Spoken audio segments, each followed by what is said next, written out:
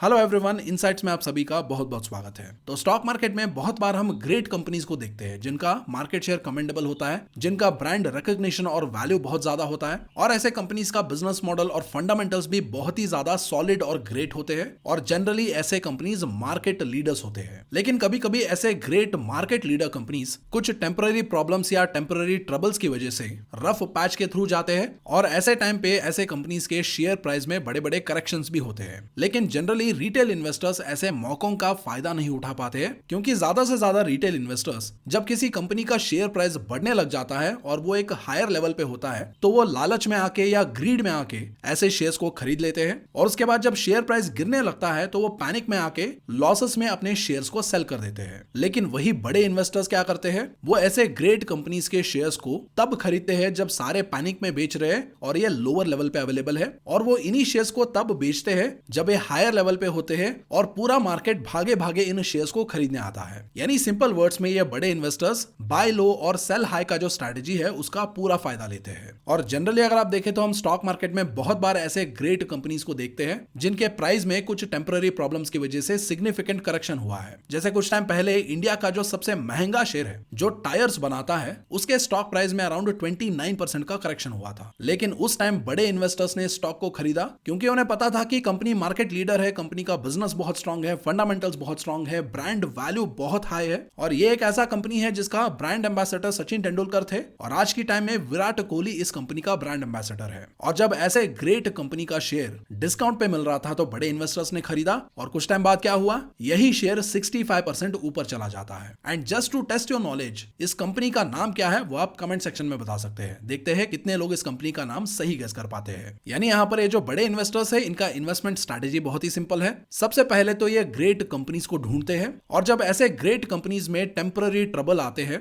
जिसकी वजह से शेयर प्राइस गिर जाता है तो ऐसे टाइम पे एक बहुत बड़े डिस्काउंट पे वो ऐसे कंपनीज के शेयर्स को खरीद लेते हैं। और इन बड़े इन्वेस्टर्स में वॉरेन बफेट भी शामिल है और उन्होंने पब्लिक फोरम में ये ओपनली एडमिट भी किया है और ये बताया है कि the best thing that happens to us is when a great company gets into temporary trouble we want to buy them when they are on the operating table. यानी सिंपल वर्ड्स में जो दुनिया का सबसे बड़ा इन्वेस्टर है वो भी इस प्रिंसिपल को फॉलो करते हैं। तो अभी हम कुछ ऐसे ही ग्रेट कंपनीज के स्टॉक्स को डिस्कस करेंगे जो प्रेजेंटली कुछ टेम्पररी प्रॉब्लम्स की वजह से एक बहुत बड़े डिस्काउंट पे अवेलेबल है। लेकिन इससे पहले कि हम आगे बढ़े, ऐसे क्वालिटी कंटेंट के बदले अगर आप मुझे और मेरी टीम को अप्रिशिएट करना चाहते हैं तो आप वीडियो के ऊपर जो लाइक बटन है इसे प्रेस करके वीडियो को लाइक कर सकते हैं और हमारे चैनल को सब्सक्राइब कर सकते हैं। और उसके साथ साथ हमारा जो नॉलेज कम्युनिटी है आप उसको भी ज्वाइन करने के लिए कंसिडर कर सकते हैं, जहां पर हम ये जो potential multi bagger mid cap और स्मॉल कैप स्टॉक्स होते हैं उनके ऊपर एनालिसिस पोस्ट करते हैं और मैं कौन से शेयर्स बाय कर रहा हूं और उसके पीछे मेरा रैशनल क्या है मैं वहां पर उसको भी अपडेट करता हूं। तो अगर आप ऐसे क्विक कम्युनिटी पोस्ट में इंटरेस्टेड है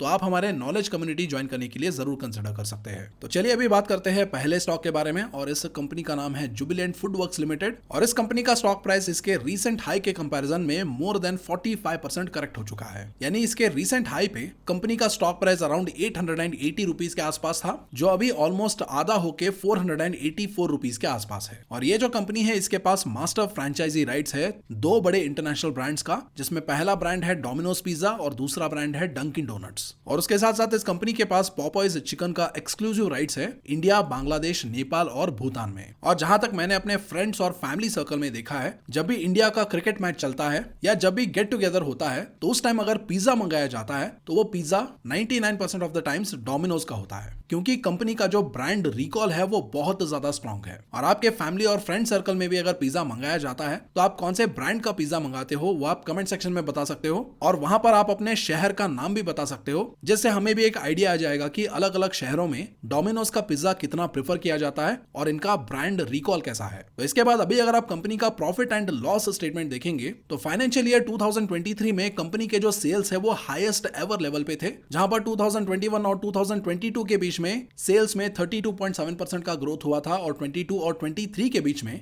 अराउंड 17.3% का ग्रोथ हुआ था। लेकिन वही अगर आप प्रॉफिट्स देखेंगे तो 2021 और 22 के बीच में 81% का प्रॉफिट ग्रोथ, क्योंकि उस टाइम कंपनी कोविड के इंपैक्ट से रिकवर हो रहा था जिसकी वजह से उस टाइम ग्रोथ भी ज्यादा था। और वही 2022 और 23 के बीच में ये नेट प्रॉफिट ग्रोथ -15.6% हो जाता है। और नेट प्रॉफिट ग्रोथ इतना गिरने का रीजन क्या है? रीजन है कंपनी के ऑपरेटिंग प्रॉफिट मार्जिन्स, जो 2021 में 24% थे, 2022 में ये बढ़ के 25% हो गए थे और वही 2023 में ये रिड्यूस होके 3 साल के लोएस्ट लेवल पे पहुंच गए जहां पर ये 22% था। और अभी कंपनी का प्रॉफिटेबिलिटी कम होने की वजह से कंपनी के शेयर प्राइस में भी बड़े बड़े करेक्शन हो रहे हैं। लेकिन अभी जिन प्रॉब्लम्स की वजह से कंपनी का नेट प्रॉफिट कम हो रहा है और कंपनी का ऑपरेटिंग प्रॉफिट मार्जिन कम हो रहा है, क्या वो टेम्पररी इशू है या नहीं, अभी हम उसको समझने की कोशिश करते हैं। तो अभी यहां पर कंपनी के ऑपरेटिंग प्रॉफिट मार्जिन कम होने का मेजर रीजन है इन्फ्लेशन या महंगाई। क्योंकि अगर आप कंज्यूमर प्राइस इंडेक्स या सीपीआई को देखेंगे, यहां पर आपको दिखेगा कि महंगाई अपने हाईएस्ट लेवल पे है। और ये जो कंज्यूमर प्राइस इंडेक्स है, ये स्पेसिफिकली जो खाने पीने की चीजें होती है उसमें कितना महंगाई बढ़ रहा है उसको ये इंडिकेट करता है। और अभी ये जो खाने पीने की चीजें हैं वो महंगे होने की वजह से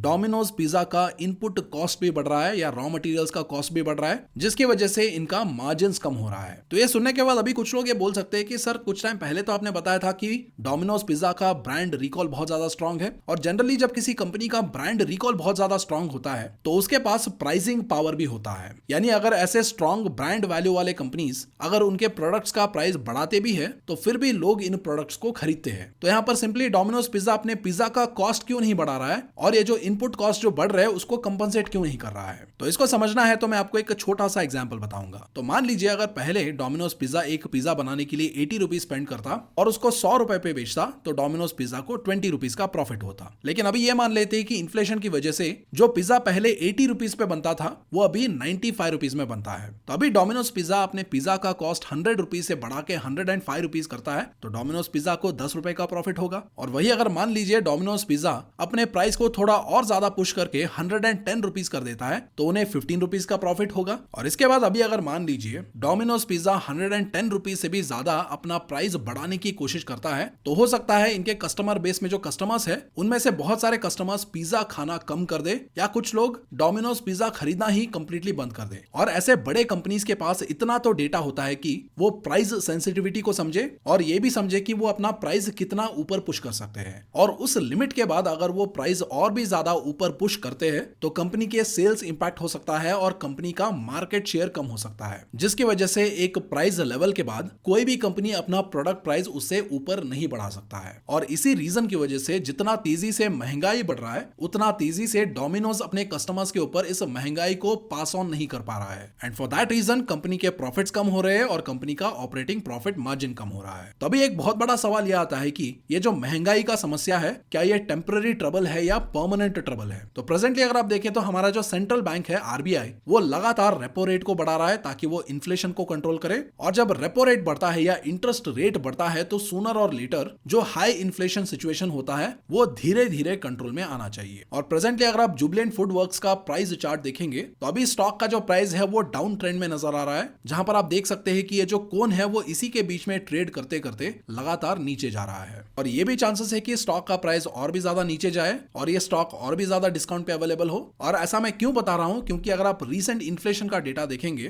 तो जुलाई महीने में फिर से इन्फ्लेशन बहुत ज्यादा बढ़ गया है, और इस महंगाई की वजह से हो सकता है जुबिलेंट फूड वर्क्स के जो मार्जिन्स है वो आने वाले कुछ टाइम के लिए प्रेशर में रहे, जिसकी वजह से स्टॉक प्राइस के ऊपर भी और ज्यादा इंपैक्ट पड़ने का चांसेस है। लेकिन जब चीजें नॉर्मलाइज होना शुरू हो जाएगा और जब कंपनी के मार्जिन्स फिर से रिकवर होने शुरू हो जाएंगे तो उस टाइम चांसेस ज्यादा है कि ये अपने प्रीवियस हाई को रीच करे, और अगर ये उस प्रीवियस हाई को रीच करता है तो पोटेंशियली यहां से स्टॉक डबल हो जाएगा, और अगर ये इस प्रीवियस हाई को भी ब्रेक करके ऊपर निकल जाता है तो स्टॉक जो है वो डबल से भी ज्यादा रिटर्न से डिलीवर करने का पोटेंशियल रखता है। और इन्हीं रीजंस की वजह से हो सकता है ये लॉन्ग टर्म में एक पोटेंशियल मल्टी बैगर स्टॉक बने। और उसके बाद जो हमारा नेक्स्ट कंपनी है वो भी जुबिलेंट फूड वर्क्स की तरह इन्फ्लेशन से इंपैक्टेड है, और उस कंपनी का नाम है एवेन्यू सुपरमार्ट्स या डीमार्ट। और इस कंपनी का स्टॉक प्राइस भी मोर देन 33% करेक्ट हो चुका है फ्रॉम इट्स रीसेंट हाई। और इस कंपनी का अगर आप प्रॉफिट एंड लॉस स्टेटमेंट देखेंगे तो 2021, 22 और 23 में इसका सेल्स ग्रोथ बहुत बढ़िया था, लेकिन अभी ट्रेलिंग 12 मंथ्स में सेल्स ग्रोथ मात्र 4.3% है, और प्रॉफिट ग्रोथ में भी सिमिलर पैटर्न है, जहां पर 2021, 22 और 23 के बीच में प्रॉफिट ग्रोथ बहुत बढ़िया था, लेकिन अभी प्रॉफिट ग्रोथ ट्रेलिंग 12 मंथ्स में मात्र 0.7% है। लेकिन इसके बावजूद भी इस कंपनी का जो सेल्स एंड प्रॉफिट्स है वो हाईएस्ट एवर लेवल पे है। And unlike Jubilant food works यहां पर ऑपरेटिंग प्रॉफिट मार्जिन में उतना ज्यादा फर्क नहीं पड़ा है, लेकिन यहां पर फर्क डायरेक्टली सेल्स और प्रॉफिट ग्रोथ के ऊपर पड़ा है, क्योंकि जो हाई इन्फ्लेशन सिचुएशन है वहां पर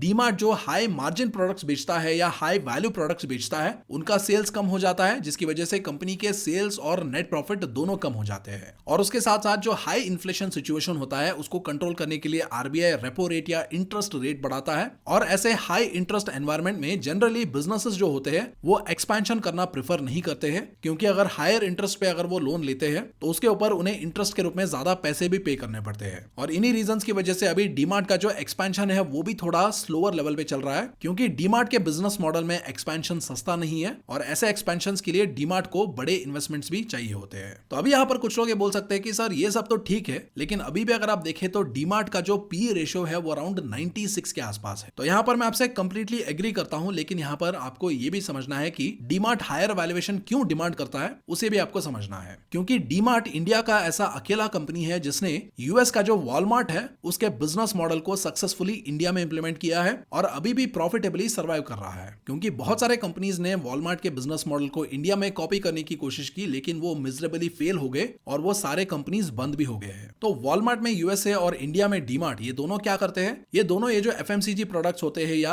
रोजमर्रा की जिंदगी के जो प्रोडक्ट्स होते हैं उन्हें हायर डिस्काउंट पे बेचता है और यही प्राइस सेंसिटिविटी इसका कॉम्पिटिटिव एडवांटेज है। यानी बेसिकली ये अपने कस्टमर्स को पैसे बचाने के लिए मदद करता है, जिसकी वजह से इसके कस्टमर्स बार बार वापस फिर से इनके पास ही सामान खरीदने के लिए वापस आते हैं। As simple as that. और ये जो बिजनेस मॉडल है इसको प्रॉफिटेबली इंप्लीमेंट करना one of the most toughest jobs में से एक है, जिसको सिर्फ इंडिया में डीमार्ट सक्सेसफुली कर पाया है। And on top of that जो भी डीमार्ट के स्टोर्स है उन्हें वो रेंट पे नहीं लेता है, बल्कि वो डीमार्ट के खुद के प्रॉपर्टीज है। और इतना सारा रियल एस्टेट ओन करने के बाद भी अगर आप देखेंगे तो डीमार्ट के ऊपर मात्र 643 करोड़ का डेट बर्डन है और उसके कंपैरिजन में कंपनी के पास 1408 करोड़ के कैश इक्विवेलेंट्स है और 3243 करोड़ वर्थ ऑफ इन्वेंटरी है। यानी डीमार्ट इतना सारा रियल एस्टेट में इन्वेस्ट करने के बाद भी एक डेट फ्री कंपनी है। और इन्हीं सारे एडवांटेजेस की वजह से डीमार्ट जैसे कंपनीज जो होते हैं वो एक हायर वैल्यूएशन को डिमांड करते हैं। और प्रेजेंटली अगर आप डीमार्ट का चार्ट देखेंगे तो डीमार्ट का शेयर लगातार डाउन ट्रेंड में जा रहा है, लेकिन इसके बावजूद भी कंपनी का जो स्टॉक है वो नए लोअर लोज नहीं बना रहा है, बल्कि वो एक सपोर्ट लेवल पे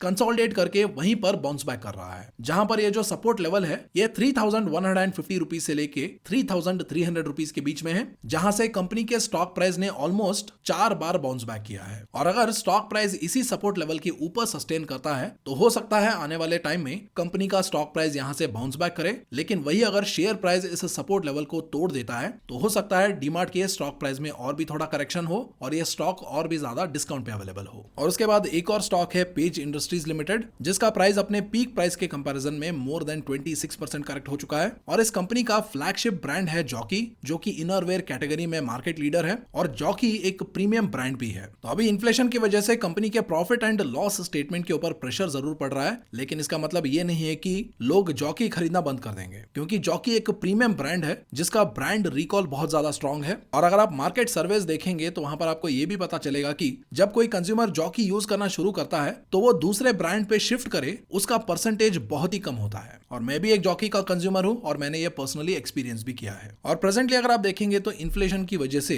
कंपनी के सेल्स, नेट प्रॉफिट और ऑपरेटिंग प्रॉफिट मार्जिन तीनों के ऊपर प्रेशर पड़ रहा है, जहां पर ट्रेलिंग 12 मंथ्स में कंपनी के जो सेल्स है उसमें नेगेटिव ग्रोथ हुआ है ऑफ -2.1%, नेट प्रॉफिट में -8.4% का ग्रोथ हुआ है और वही ऑपरेटिंग प्रॉफिट मार्जिन जो 2021 में 19% था, 2022 में 20% था और 2023 में 18% था, वो अभी ट्रेलिंग 12 मंथ्स में 1% और रिड्यूस होके 17% हो गया है। इसी के रिस्पांस में कंपनी का जो स्टॉक प्राइस है उसमें भी बड़े बड़े करेक्शंस हो रहे हैं। और प्रेजेंटली अगर आप पेज इंडस्ट्रीज का प्राइस चार्ट देखेंगे तो यहां पर आपको ये क्लियरली दिखेगा कि स्टॉक डाउन ट्रेंड में है, लेकिन यहां पर भी डीमार्ट की तरह इस कंपनी का जो स्टॉक प्राइस है वो एक सपोर्ट लेवल पे बार बार बाउंस बैक कर रहा है और ये सपोर्ट लेवल अराउंड 36,000 रुपीज के आसपास है। और अगर कंपनी का स्टॉक प्राइस इस सपोर्ट लेवल को सस्टेन कर पाता है और इसके ऊपर ट्रेड कर पाता है तो यहां से कंपनी का स्टॉक प्राइस बाउंस बैक करने का चांसेस रखता है। लेकिन वही अगर कंपनी का स्टॉक प्राइस इस सपोर्ट लेवल को तोड़ देता है तो उसके बाद स्टॉक प्राइस में इस सपोर्ट लेवल से भी ज्यादा करेक्शन होने का पॉसिबिलिटीज है। तो अभी मैंने आपको बड़े इन्वेस्टर्स के जो इन्वेस्टमेंट स्ट्रेटेजी है buy low and sell high उसके बारे में बताया है, इन ग्रेट कंपनीज के बारे में बताया है और उसके साथ साथ इन कंपनीज के टेक्निकल चार्ट्स कैसे दिख रहे हैं और इनके सपोर्ट लेवल्स कहां पर है उसके बारे में भी मैंने आपको इन्फॉर्मेशन दिया है, ताकि आप अपने खुद के बाय लो और सेल हाई के स्ट्रेटेजी बिल्ड कर पाओ,